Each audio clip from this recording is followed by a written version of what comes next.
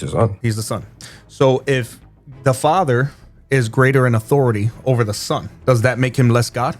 But he also says, I and the Father. I asked you a question, brother. I'm actually watching the basketball game. I'm not on ChatGPT right now, bro. I'm sorry? Chill. No, you chill the hell out. I asked you a damn question. Is the Son being subservient to the Father in role make him less God? Track the damn question.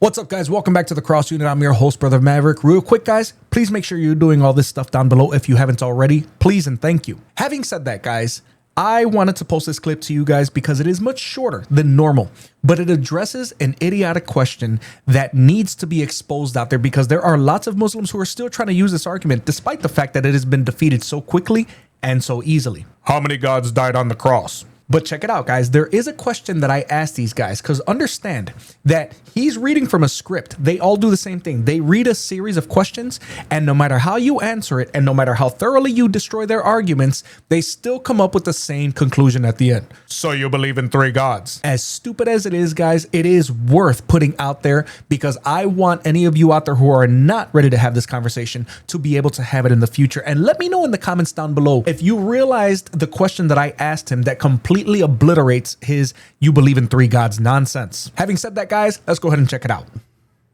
How many gods died on the cross? One divine person died on the cross. How many gods do you believe in? One God. How many people's in the Trinity? Three distinct persons in the Trinity. How many people in the Trinity died? One divine person in his incarnate form died. So that means you believe in three gods. Explain how you got to that idiotic conclusion.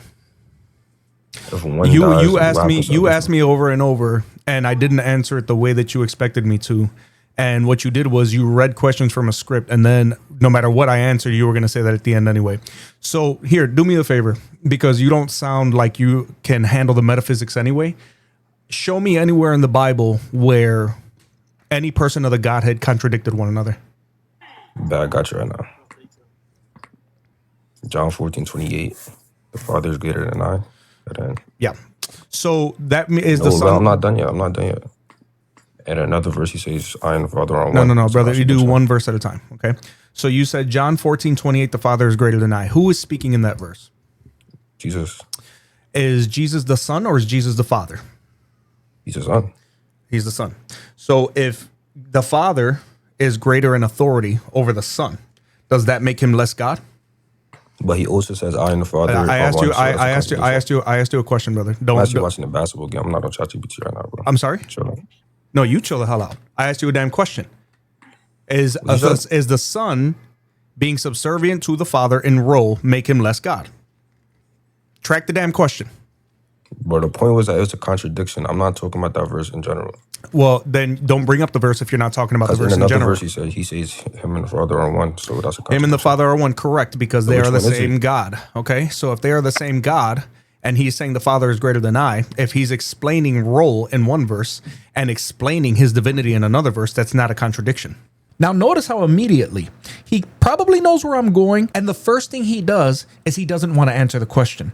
And I think that he was probably intelligent enough to know that if he does answer the question, then it completely eviscerates his conclusion of us believing in three gods. But no matter what, guys, this is how you checkmate them. You just continue to hold them accountable and make sure that they're answering the questions that you ask, because these guys will continue to try to go from verse to verse without actually addressing anything that you're asking them in the first place. Now back to the video.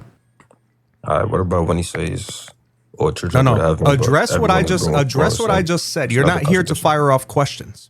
Address what I just said.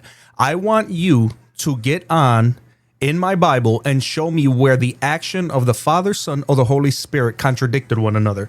Because if it's three different gods, then it would stand to reason they have three different minds and therefore three different wills, right? I bet. So show me where in the Bible the will of the Father and or the Son and or the Holy Spirit did not line up. It's a verse when he says nobody knows the hour except the Father. That has nothing to do with the wills lining up, and you don't even know what you're talking about.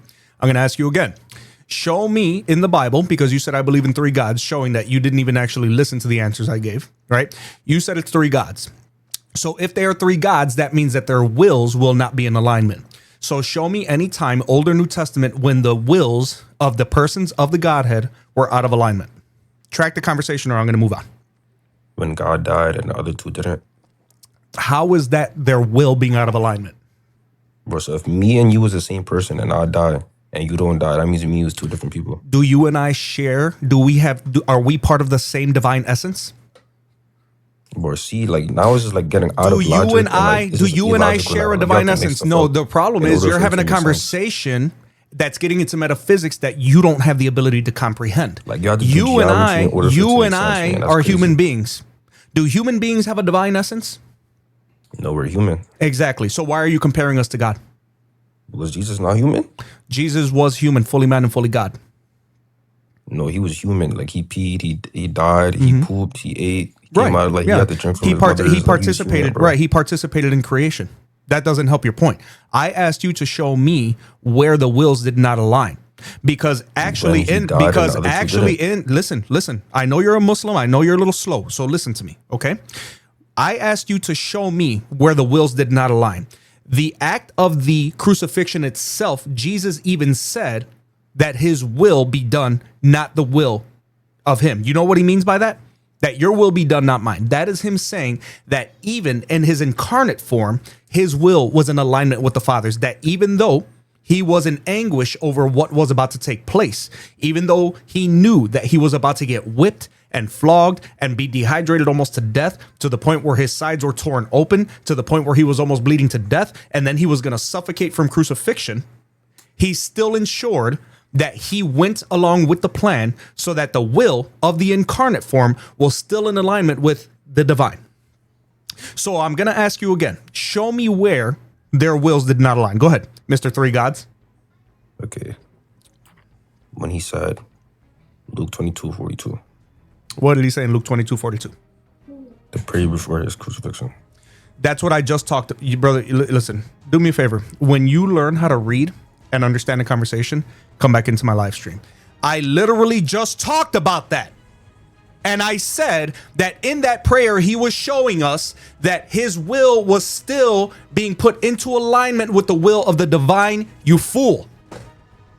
Are you on crack? What is wrong with you?